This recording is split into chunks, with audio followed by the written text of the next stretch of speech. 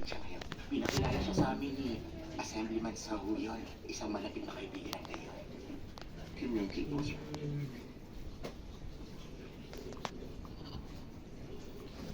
Kukontakin kita kung may pag-uusap. Wala naman yan. Sakta na naman tuta. Kim Yong-ki. Kaharutan kasi. Yan napapalali niyo eh. Lutan kayo ng harutan. Sorry pero ano ba ang trabaho mo?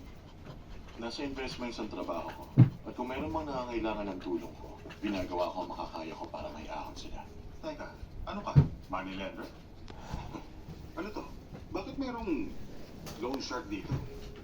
Si Mr. Kim, maraming iba't ibang negosyo. Hindi ako komportable na may loan shark dito. Panganay na anak ka ba ni Chairman Hong Woo-gun? Noong araw, nagtrabaho ko sa Myeongdong bilang tauhan ni Chairman Park. Batang-bata ka pa noon, kaya malamang hindi mo na naaalala. Pero dahil sa IMF crisis noon, maging ang IL Group na may 50 years na kasaysayan, ay walang kahit 6 billion won. Dahil doon, si Chairman Hong Woo-gun mismo ang lumapit sa boss kong si Chairman Park para humingi ng tulong.